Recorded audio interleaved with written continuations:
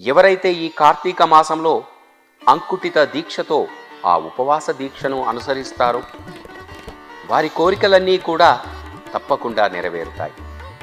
సాధారణంగా ఈ సమయంలో చాలామంది భక్తులు రోజంతా ఉపవాసం ఉండి సూర్యాస్తమయం తర్వాత భోజనం చేస్తూ ఉంటారు.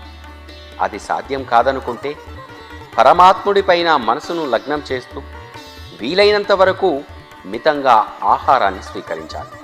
లేదంటే వాయు పురాణంలో పేర్కొన్నట్టుగా పెసరపప్పు బియ్యం కలిపి గంజి వార్చకుండా వండుకొని మొదటిసారి ఎంత వడ్డించుకుంటామో అంతే, అంటే మారు వడ్డించుకోకుండా భుజించడం వల్ల ఎలాంటి దోషం ఉండదు.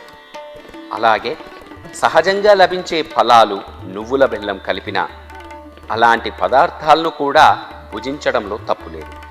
తేనె, నెయ్యి, పాలు, పెరుగు, పంచదారతో చేసిన పంచామృతం, తులసి నీరు వంటివి కూడా భక్తులు స్వీకరించవచ్చు.